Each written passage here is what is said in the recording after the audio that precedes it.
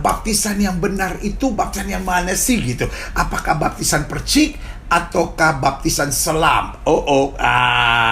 Ini awal dari perpecahan banyak gereja. Pertanyaan ini harus saya jawab dengan segenap kerendahan hati, supaya jangan ini program menjadi awal dari perpecahan banyak gereja ya. Pemandian, selam, dan percik.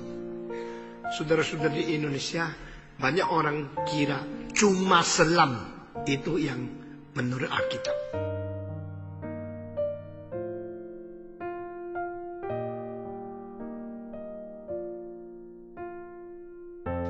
Kalau tidak selam, itu tidak setia kepada firman Tuhan. Ini konsep yang sangat tidak sesuai dengan Alkitab.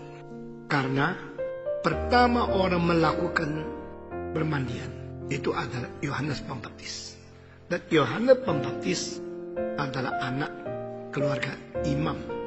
Papanya Yohanes namanya Zakaria, seorang imam.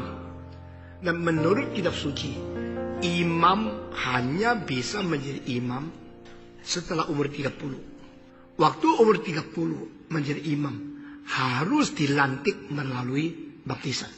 Maka dia tahu papanya seorang imam, mau melayani harus dibaptis dulu, sehingga dia mengerti apa itu baptisan air.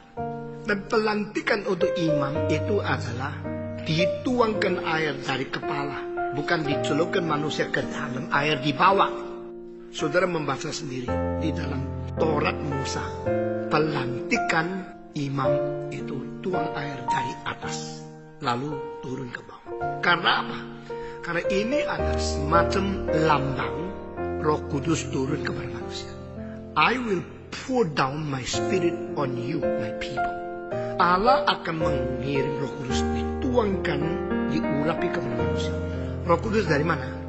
Roh Kudus dari mana? Dari atas atau dari bawah? Dari atas. Semua yang saya khotbahkan, you kaget. Kok lain? Semua berbeda. Terbalik. Ini sesat. Tidak. Saya katakan sama kamu dari Alkitab. Itu sebab sampai abad keempat, tidak pernah ada orang mengetahui baptisan celup. Tidak ada itu. Dari abad pertama sampai abad keempat, sampai Augustinus, dia memberikan tulisan teologinya.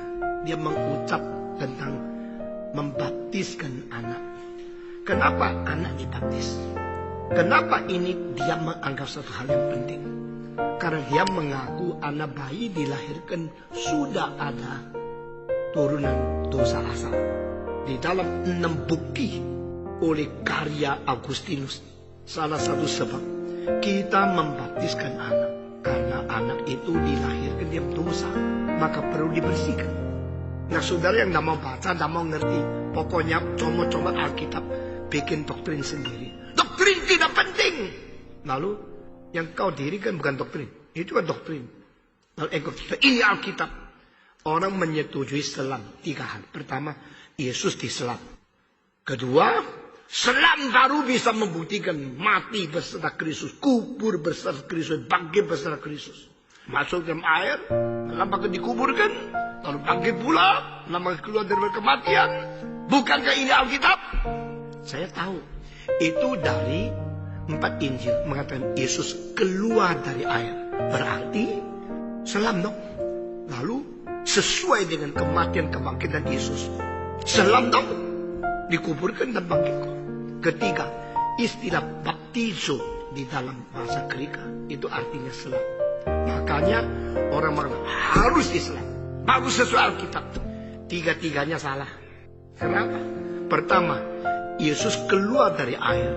Itu adalah mereka berdiri di dalam Sungai Yordan, lalu keluar dari air. Tidak berarti kepalanya keluar dari air. Jadi kamu tafsirkan ayat itu dengan bayangan mereka sudah masuk, maka keluar. Masuk itu seluruhnya, keluar kepalanya keluar. Nah, dia katakan kok, kenapa harus di Sungai Yordan? Karena ratusan ribu orang mau dibaptis. Tak ada air cukup. Mereka ke situ. Air Yordan, apakah air yang dalam sekali? Tidak. Air Yordan itu kadang-kadang kitanya cuma sampai 30 cm. Ada yang lebih cuma 61 meter. bukan air Yordan yang kau bayangkan seperti air Mahakam atau sungai Kapuas. Bukan. Itu sungai yang cetek. Sehingga seluruh orang celup di dalamnya. Itu tidak tentu harus mutlak keluar dari air. Berarti mereka keluar dari air. Tidak berarti kepalanya keluar dari air. Coba yuk baca anak, kepala keluar dari air. Mentafsirkan Alkitab semau sendiri. Bahaya sekali. Kedua, mereka disebut harus baptis karena kubur bersama Yesus, bangkit bersama Yesus. Mati, kubur, dan bangkit itu harus pakai celup. Saya tanya, Yesus orang Jawa atau orang Madura? Yesus orang Kungfu atau orang Hokkien? Yesus orang Cina atau orang Jepang? Orang Yahudi dikuburkan seluruh tubuh masuk ke dalam tanah. Tidak pernah. Mereka dibungkus dengan kemenyan, mur, dan orang kaya pakai obat-obat yang sangat mahal. Kira-kira 25 kilo. Obat-obat yang membungkus mayat lalu diikat dengan kain kira-kira kadang-kadang sampai 40 meter. Seluruh manusia yang sudah bungkus itu ditaruh di atas, bukan di bawah. Lalu lubang itu ditutup dengan batu. Masih ingat? Yesus ditaruh di dalam satu lubang gua, ditutup dengan batu. Perlu orang mendorong. Tidak pernah dikuburkan ke bawah. Engkau bilang hanya selam baru sesuai dengan Alkitab. Itu tafsiranmu. Lu kira Yesus orang Jawa. Ya orang Yahudi. Cara kuburannya lain. Maka orang kira hebat. Tuhan berkata kepada saya, inilah firman Tuhan, ini kebenaran. Lupamu, kamu dewe. Ketika istilah baptizo, betul gak kamu belajar? Ketika dengan saya kasih tahu semua pendeta karismatik tak belajar. Semua ngawur dan semua berani. Roh Kudus bekerja dengan saya. Istilah baptizo memang bisa diartikan celup. Tetapi paling sedikit di perjanjian baru 17 kali istilah baptizo tidak celup. Maka jangan mutlakkan apa yang kau kata itu benar, pasti benar. Dengar pendeta yang lebih tua, lalu turunkan sini, lalu bikin sekolah teologi yang tidak ada ilmu sesungguhnya. Semau sendiri. Yohanes Pembaptis berkata, aku membaptiskan engkau dengan air. Yang datang belakanganku, dia akan membaptiskan engkau dengan Roh Kudus. Berarti saya cuma pakai air, nggak bisa membersihkan kamu. Ini cuma lambang. Air tidak bisa membersihkan dosa. Karena air itu dicipta. Orang yang mau dibersihkan itu orang juga dicipta. Saya dicipta. Manusia yang dicipta. Pakai air yang dicipta. Untuk membersihkan orang yang dicipta. Tidak bisa. Tapi kalau Yesus yang membersihkan bisa nggak? Karena Yesus tidak diciptakan. Yesus membersihkan yang dicipta. Yang tidak dicipta, yaitu Allah. Membersihkan yang dicipta, yaitu manusia. Bisa nggak? Bisa. Lalu dia pakai apa membersihkan? Pakai sabun, pakai rinso, pakai bensin, pakai apa? Pakai Roh Kudus.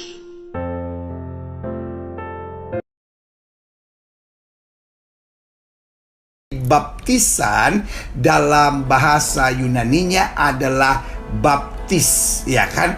Atau I get baptized, baptizo. Baptizo itu artinya penyelaman. Jadi yang namanya baptizo itu artinya penyelaman. Itu bukan bahasa teologis, itu bahasa sehari-hari. Setiap orang yang menyelam disebut baptizo, ya kan? Simple saja gitu, ya kan? Bahkan dalam bahasa Belanda misalnya, kalau kita ambil apa itu namanya biskuit, kita taruh di kopi atau di teh, kita menyebutnya dopen, ya kan? Dan baptisan dalam bahasa Belandanya dopen, ya kan? Dulu kata baptis diterjemahkan ke bahasa Indonesia yang baik dan benar, disebutnya permandian, ya kan? Nah, kemudian untuk menghindari banyak keributan karena di awal abad mula-mula cara baptisan yang diselenggarakan dalam Alkitab yang isinya adalah penyelaman, tiba-tiba diubah menjadi pemercikan, sehingga kemudian para ahli kitab dalam bahasa Indonesia merubah kata permandian menjadi baptis, dikembalikan ke bahasa Yunaninya supaya tidak timbul masa permandian tapi percik, masa penyelaman tapi percik. Kok gak cocok, ya kan? Jadi beberapa hal yang harus kita mengerti di sini. Yang pertama, baptisan itu dasarnya kata Alkitab, bertobat dan berilah dirimu dibaptis. Jadi saudaraku yang kasih dalam Tuhan, kita sepakat dulu. Ingat sekali lagi, saya tidak mewakili doktrin satu gereja, tetapi saya mewakili kebenaran firman Tuhan. Tapi kita udah sepakat ya, kita udah sepakat. Jangan lari dari kesepakatan kita. Di mana bumi dipijak, langit dijunjung. Jadi hargai doktrin di mana gereja saudara bertumbuh. Tetapi kebenarannya perlu saya nyatakan. Saya adalah seorang hamba Tuhan yang munafik kalau saya tidak bicara kebenarannya. Jadi dasar baptisan kata Alkitab, bertobat, berilah dirimu dibaptis.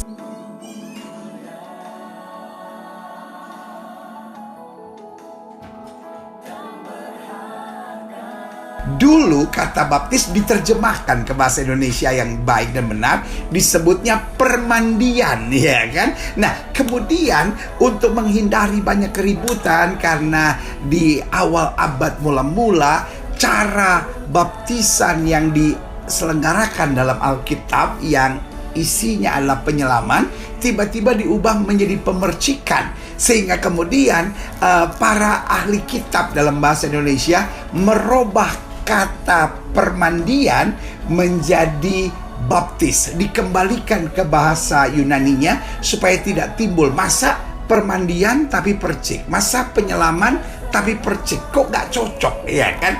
Jadi beberapa hal yang harus kita mengerti di sini. Yang pertama,